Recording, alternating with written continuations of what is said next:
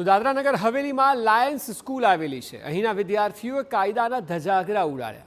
Farewell માટે ગાડીઓનો કાફલો કાઢીને રસ્તો આખો બાનમાં લીધો। રીલ બનાવવાની આડમાં જાહેર માર્ગ પર જોખમી સ્ટન્ટ કરવામાં આવ્યા। વિદ્યાર્થીઓએ રીલની આડમાં ટ્રાફિક નિયમોને પણ નેવે મૂક્યા। રોફ જમાવવા માટે સોશિયલ મીડિયા પર વિડીયો વાયરલ કરવામાં આવ્યો।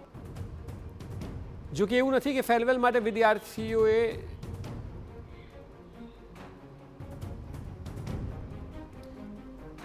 આ ઘટનામાં વિદ્યાર્થીઓ ફેરવેલના નામે કાયદો વ્યવસ્થાને હાથમાં લઈ રહ્યા છે અને જુઓ કયા પ્રકારે તેઓ ગાડીઓ લઈને રીલ બનાવી રહ્યા છે। રસ્તા ઉપર એક સાથે ગાડીઓ ચલાવવી અને રોફ જમાવવો અને એ પણ આ ઉંમરે એ ખરેખર એક રીતે તો તેમના પરિવારો માટે પણ ચિંતાનો વિષય છે। વધુ માહિતી આપી રહ્યા છે સંવાદદાતા નિલેશ ગામિત। નિલેશ, જણાવો કે શાળા પ્રશાસન શું કહી રહ્યું છે? આખી ઘટના ક્યારે પ્રકાશમાં આવી?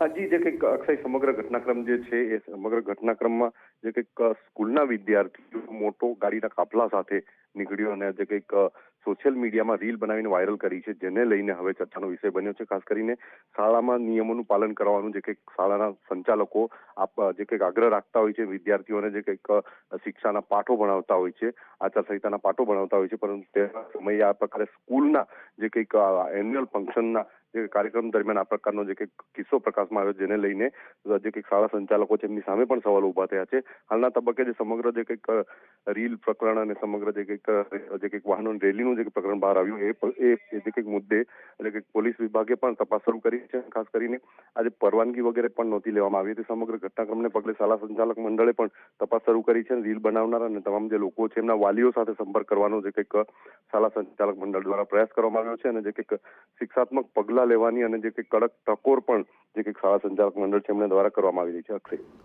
તો એવું નથી કે ફેરવેલ માટે આ વિદ્યાર્થીઓએ નિયમોને એવા મૂક્યા, જે પ્રકારની સ્થિતિ સર્જાઈ છે નિલેશ પણ જણાવી રહ્યા છે। આભાર નિલેશ સમગ્ર માહિતી બદલ। તો અત્યારે શાળા પ્રશાસન દ્વારા પણ નોંધ લેવાઈ છે।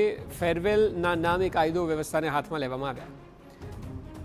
હવે ટીવી સ્ક્રીન પર જુઓ, આપની ટીવી સ્ક્રીન પર બંને તસવીર જોવા મળશે। અગાઉ 2025ના ફેબ્રુઆરી માસમાં જ સુરતની એક ખાનગી સ્કૂલના વિદ્યાર્થીઓએ ફેરવેલ માટે સીન સપાટા કર્યા હતા। મોંઘીદાટ ગાડીઓ સાથે રીલ બનાવી હતી।